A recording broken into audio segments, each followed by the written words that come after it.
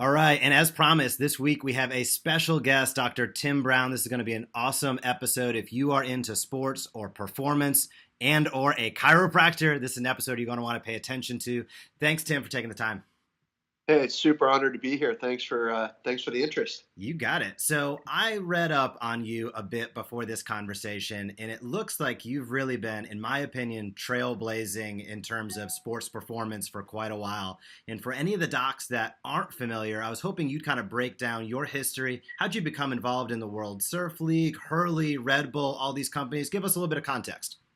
Yeah, well, I'm so old. It was pretty much by default, as everybody take one giant step backwards, and I was the only guy standing there. So basically, my background's as an often injured athlete. Really curious about the body.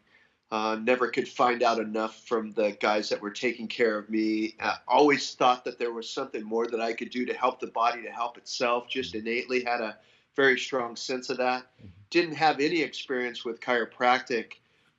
Was going to go to medical school, in fact, and try and do my thing from a natural approach that a medical doctor could take, but then was prompted by a buddy of mine that I went to high school with that I met out surfing in the water one day and said, I told him what I was up to, getting ready to take the MCATs. This is, like 40 years ago. And he said, look, I know you've always been into exercise and nutrition and taking great care of yourself. And I'm into this chiropractic college right now. And it's like, I've got an article in my car. You got to read it. And I think this is the way you ought to go. And it was just one of those just moments in life where it was a clear delineation that I was heading maybe down the wrong path and I should take a right turn. And what he did was he gave me an article on Dr. Leroy Perry, who was kind of a renegade sports chiro back in the 80s and 70s. And he took care of guys like Carl Lewis and Dwight Stones and Wilt Chamberlain and Kareem Abdul and all these sports icons back in the day. And he was really the only sports chiropractor I really knew of that kind of was making a name for himself. So I got into his story a little bit. And the guy would, he'd been arrested a couple times for showing up to take care of athletes.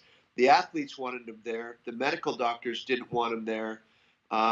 But he was just so strong in his purpose that he was like, I'm going to be here for the athletes no matter what. So they ended up arresting him for trespassing. And then the athletes followed him, got him out of jail, followed him to his hotel, and the line started to form outside of this guy's hotel. So it's just like, oh my gosh, that's for me. Yeah. And ended up doing some of my internship with him, and just had an extremely valuable lesson in the philosophy of chiropractic and sports chiropractic. It was this guy that really drove it home for me that, we are what we eat, think, and do. And those are the most simple terms. Of course, back then it was biochemistry, structure, and mind. And now it's more contemporary to just say, hey, you are what you eat, think, and do. And so I really embraced that philosophy and really tried to implement a lot of the things he was teaching into my own lifestyle. So I was still a competitive athlete when I was in chiropractic college, and then when I got out, I qualified to play pro beach volleyball on the tour, and I'd lose early. It was double elimination. My nickname was Uno Dos Adios.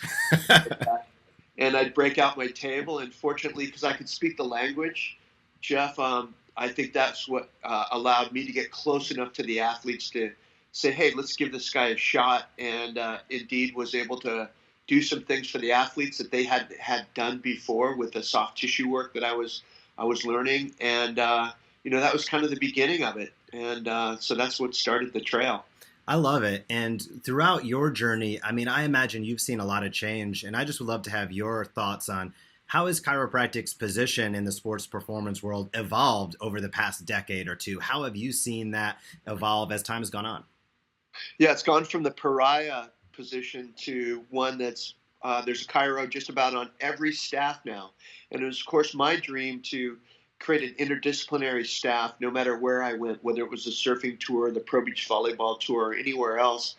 It really doesn't matter what's behind your name. It's really the person, and everybody's experience is so different in their education and in their life that if you're coming from an allopathic perspective, you still have something to add to the program, especially if there's heavy trauma. We need those guys and gals. But also on the other end, if we look at who's used at the events the most, I mean, certainly I have a biased eye to some to some extreme, but it's the chiro. You're the only one that's trained to diagnose and treat right there on the spot. And so it really helped to encourage my confidence and competence as I went along, because I knew what we had to share, and I also knew what we didn't have. And so it allowed me to really open my eyes to things that, hey, I wasn't really educated in this area, but it's science, it's working with the body. I can learn to do these things. And I think everybody kind of had that attitude on our staffs, and we were able to really openly share the things that we were good at and the things that we weren't so good at, so that we could improve our skills, because our bottom line was, hey, we're here for the athletes. It's not an ego show here. You got to drop your ego at the entrance to the tent, or you're really not welcome. And so that's kind of the environment that we created, both on the AVP, the Association of Volleyball Professionals Tour, as well as the Pro Surfing Tour. And those, I'm really happy to say that those philosophies and those approaches still exist today, and hopefully they're growing as they are in all professional sports. Yeah, definitely got to have the right team, and when you do, it makes such a big difference, I think, in all aspects of life, I guess we could say. In diving into the specific, if we dive into the weeds of really what you've been heavily involved in, I want you to talk a little bit about specific proprioceptive response technique. What is it for anybody that hasn't heard? What got you interested? I'd love to hear your thoughts on it. Yeah, thanks. Well, first of all, I'm a terrible marketing guy, and I made up that name. That is just so I was trying to work my way into sport, and SPOR, because I was just biased as a young chiropractor, so screwed that one up pretty good. But the bottom line was I figured out a way, working on athletes on site, and again, I'm getting all this great feedback and feed forward from all these different professionals. So I'd hate to say it's all because of me. I created the smoothie. The information was there from everyone. And what I did was found out that the skin was a really important part of a treatment paradigm that we were all missing. Okay. And working on athletes on site, you're not supposed to go deep on them, right? Because if you go deep on them, you actually dampen physiology. You actually will depress it. Well, I learned from a guy named Vladimir Janda, who was an MD from Czechoslovakia, a neurologist that many of your listeners might be familiar with. He created the upper cross syndrome and lower cross syndrome kind of phenomena, yep, so to speak, and found the consistencies that we all have, and we're all imbalanced, and there's nobody that's balanced. So he was the guy that first said, hey, if you're missing the skin, you're missing a tremendous opportunity to help somebody heal. And it just intrigued me, because we weren't allowed to go deep on the athletes. So I started to play with this taping technique that would allow me to not tape circumferentially around the body like a mummy, like we all kind of grew up seeing, that white Zonus tape. But I thought, well, what if we could put those structures that were damaged in alignment with the body, as opposed to trying to just compress and shut down all the movement? I was really intrigued with healthy movement versus unhealthy movement. And so the taping allowed me to kind of visit the skin as a first barrier to the body, to create a feed forward and feedback system that allowed the brain and the nervous system and the muscles to coordinate. Because we found that after an injury, it's almost like having a stroke in that area. You lose proprioception. You lose the ability to communicate with that area. So what better than to add a little something down there? It's almost like I look at it almost like a proprioceptive warning track. So you build the tape up so that it slows motion in a direction that's going to be pathological or exacerbate the injury. And what we're doing is building almost like a warning track, like you have in baseball, like a guy's running for a deep ball that's hitting to center field, and he's running and his eyes are on the ball, and he doesn't know where the fence is. But all of a sudden the grass goes from grass to dirt, and now his feet feel the change, and he can begin to decelerate. And that's really what the taping systems and the IntelliSkin clothing systems that I created are really about. It's an early warning system so that your subconscious can help your conscious remain aligned, and function at a higher level. That's awesome. And to me, it sounds like the application of that doesn't necessarily just have to be high performance athletes. And it doesn't sound like it's in tune with one adjusting technique. Is this something that you've seen chiropractors of all makes and models, so to speak, be able to utilize in their practice? Yeah, and it's wild. Not only chiropractors, but PTs, athletic trainers. Even I teach medical doctors and orthopedists how to do this stuff because it's not, it's not brain surgery. Fortunately for me, I'd be out of the picture. It's really something that's very simple. We all have the education in chiropractic to do this stuff. It's just harnessing kind of a new perspective on how to help somebody to help themselves. And it really became big after events like when someone is recovering. It's so nice to tape them into a posture that they now have enhanced their awareness of their body position in space with, so that as we know when we're tired, we like to slump. We like to sit in chairs that are killing us literally. So it offers us another way to carry our message through the day, not just while the athlete or the patient is in your office or on the field, but actually when they go home. And that really became a huge marketing tool for me. It wasn't overt, but when people were wearing this tape out in the 90s and the early 2000s, people weren't used to seeing this colorful tape and all these different mechanisms used in tape before. So it became a great marketing tool for me because people are always asking, hey, where'd you get that? What's that for? And then the patients would say, oh, my doctor told me about this and he set me up with this and here's what it's doing. And it's a great way to educate the patients by involving them in their own treatment protocol. Asking the patient what feels good. Is this too tight? Is this too loose? How can I make it feel perfect for you?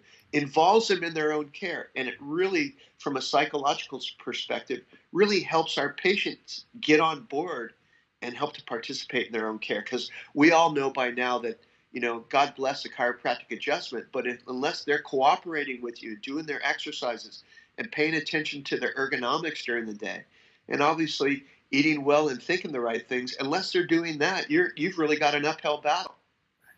Yeah, I think I love two things that you brought up there that I think are very, very important for all practicing docs. Number one is the patient-centric approach. It has to be collaborative. The patient's involved, and the tape enables them, to become involved with their care because it's not just when they're in your office for the 5 to 30 minutes, whatever it may be, but it enables them to take an active role outside of that and reminds them of what they're doing. The second component is, of course, the marketing. It's a little billboard that they're able to wear around, which is never a bad thing as well. Now, there's plenty of tape companies now that if you buy enough tape, they'll put your darn business card on that tape. And I've played with that idea for a long time. I haven't jumped the fence yet, but or the shark. You're getting there. Yeah, right. So tell us a little bit. I know you have an upcoming course out in your neck of the woods in Costa Mesa coming up in early November. I'd love for you to talk a little bit about it. I saw you teach last year at Rockstock, and it was awesome. I really appreciated the information you brought. It was fun. It was exciting. It gave great info. It was practical. So I'm putting all the words in your mouth, but I'll have you talk a little bit about the upcoming course you have in early November out in Costa Mesa. Yeah, I one of the things about my courses that I'm pretty proud of is I take a different approach. I use a Finnish system of education. The Finns are the number one educated country in the world, and they don't lecture. They do a lot of hands-on, and so it's very, very practical. So everybody learns at their own pace, in their own way, but in a very practical way. So everybody has lots of pearls that they get to take home. So what we're going to do is we're going to go over the SPRT, it's specific proprioceptive response technique. And all I'm trying to do is create a feed forward and feedback system that's constant in the body so that there can be a lot of self-correction. And we use this technique to not only treat or take people into better posture and spinal alignment, but we can also use the same technique to treat every kind of sports injury. We've got over 350 applications for this technique, from a inversion sprain in the ankle to disc injury in the low back and everything else in between. So we treat a lot of problems just by stimulating the body to go into the right direction. The body is based on a mathematical formula called the Fibonacci sequence, also known as the golden ratio. And so I've never been a math guy, trust me. But this formula that our body is built on and how movement is based upon is something that everybody should really kind of embrace and really study and know about. It's just nature's way of organizing energy. That's the Fibonacci sequence, and everything in nature has this sequence to it. It's how our DNA is built. It's how flowers unfold. It's really quite fascinating. So I utilize that technique in a lot of my teaching and in a lot of my work. Because we have three planes of movement doesn't mean that we're built to be linear. I believe those three planes of movement are really to allow the spiral motion to happen whenever we move.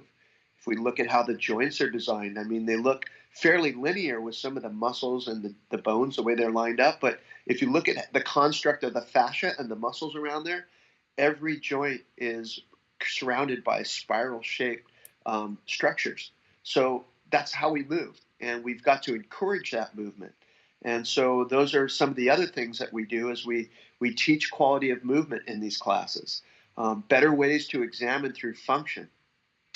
And how a person moves is a really great window to what's happening on the inside. So, from soft tissue to taping to evaluation to exercises to rehabilitation, it all fits into a very nice little pocket. And I think there'll be lots of pearls that'll be dropped at this event. So be really stoked. And you don't have to be a sports chiropractor to be there. You just have to be in love with your profession and in love with what you're doing and have a great passion for learning. I love it, and I appreciate it. There's perhaps nobody that's been doing it at a higher level or longer than you in the sports performance world. I appreciate you taking the time. I can say I'm going to try to make it out there for the event, and I think everybody listening, check it out. I'm going to link the event directly in the show notes, so as you listen or watch this, be sure to click through. And if you can make it out, Dr. Tim Brown, he's going to put on a great event early November out at the Hurley campus, if I'm not mistaken, in Costa Mesa. Yeah, that'll be pretty special. Hurley's given us their campus. They have a town hall meeting there. We had the surf movement masterclass there last year. It was tremendous success and just a fun place to be. And I hope you can make it on out there. And also IntelliSkin's going to be there.